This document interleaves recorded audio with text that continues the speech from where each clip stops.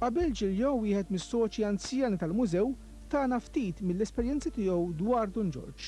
Jiena lħaqt il-Dun Ġorġ fl-aħħar 20 sena ta' ħajtu. U l-esperjenza tiegħi ma' Dun Ġorġ bdiet intimament l-ewwel għax kont inqerrandu, jiġifieri kien il-konfessur tiegħi. U mbagħad bix-xogħol tal-kitba għax kien jikteb ħafna u kien iqabbad il-min jgħinu, u anki speċi kont imur spissandu d-dar u daqqa jagħmel programm u daqqa tiġi xi idea u nitkellmu u l-lezzjonijiet tiegħu ma ngħidu xejn kull nhar terba'. Jiġifieri il-Dun Ġorġ niftakru sew, niftakru fil-maturità tiegħu. Meta Dun Ġorġ immatura sewwa, qed tifhem? Ħanidlek naqra l-ewwel il-persuna tiegħu. U personalment għadda mill-perjodu ta' Mart. Qed tifhem? Qabel meta kien tifel ma kienx b'saħħtu ħafna.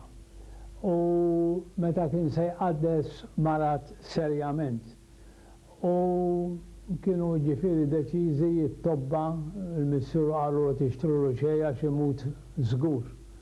Ġifieri u mbagħad u jgħid li bit-talb lil San Giuseppe il-kwadru tiegħu għadu hemm fid-dar fejn kien joqgħod l-aħħar 9 xhur ta' ħajtu. Ġitu l-forza u qam u mara l-ordinazzjoni. U beda din il-moviment ta' jaħdem ma' nies biex jifforma żgħażagħ li kapaċi jgħallmu lill-oħrajn. Dina kien qed joħlomha u jippjanta anke qabel ma sar qassis. Infatti sibna dokument li kien qed jikteb speċi ta' regola bil-Latin għax Dun Ġorġ kien bravu, kien intelligenti. Kien qed jikteb bil-Latin kitba sieħa biex jibgħatha lill-Papa San Piju X biex iwaqqaf id-djakonat permanenti, ħaġa li qaqqas ħadd ma kien jimmaġina, illum dik ħarġet mill-Konċilju, però bl-iskop speċifiku tad-djakonat biex jgħallem lill-poplu Talla. U mbagħad dar fuq il-lajċi wara li qaddes u beda jifforma żgħażagħ ma sabx kbar u xjuħ, imma dejjem sab ġuventur li kienu jilagħbu madwar il-Knisja fl-Eliqi u beda jifforma lilhom, però da dejjem kien l-iskop tiegħu li jgħallem u jgħallem liż-żgħażagħ biex jgħallmu lill-oħrajn. Dik kienet is-sejħa tiegħu prinċipali li baqa' biha mill-bidu sal-aħħar. Is-Sur Giglio iqassam il-ħajja ta' Dun Ġorġ fi 3 fażijiet. L-ewwel perjodu kien il-perjodu sakemm sar qassis u beda twaqqif tas-soċjetà. Dak jiġi qisu sa-31.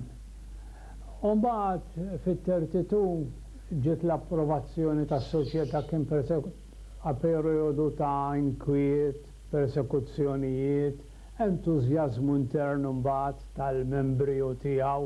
Kien Dun Ġorġ fl-aqwa tiegħu meta kellu l-ispirazzjoni qed jipprova jpoġġiha fil-prattika u jsib id-diffikultajiet biex jifhmuh, biex jaċċettaw affarijiet ġodda, biex l-affarijiet ipoġġihom f'idej in-nies lajċi, qed tifhem il-Bibbja f'idej in-nies lajċi, t-tagħlim.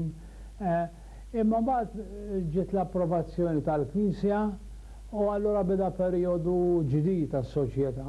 Isu baqa' sejjer sal-gwerra anke Dun Ġorġ.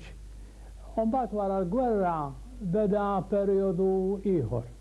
Dawk it-tliet taqsimiet li nara. Però Dun Ġorġ dur għalkemm jgħaddi minn fażijiet differenti dejjem huwa l-istess persuna. Min-naħa l-oħra kien bniedem bħalna li bati, li jkollu sofferenzi tiegħu, fil-mart ta' ħutu tal-familja, tifhem? U anke inġurji niftakru jgħid li darba kien waqt il-qudisa, il-qaddis, u waqt li wasal fil-missierna aħfrinna dnubietna bħalma naħfru minuħati għalina, ġeħ f'moħħu persuna li inġurjatu serjament. U il-moħħ jibda jitħasseb, tifhem?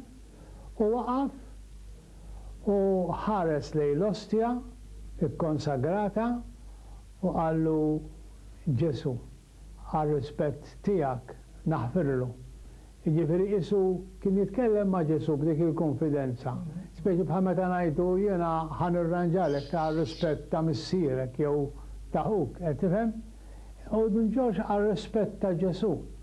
Jiġifieri il-kwalitajiet tiegħu, waħda mill-kwalitajiet kien jikol frugali ħafna, ġifieri ma kienx ifittex, kien jgħaddi u money wise l-istess, ġifieri ma assolutament mill-mużewijiet, pereżempju minn għandna qatt ma ħaxej, l-iktar li tela jieħu kafe iswed, tifhem, b'ħafna zokkor.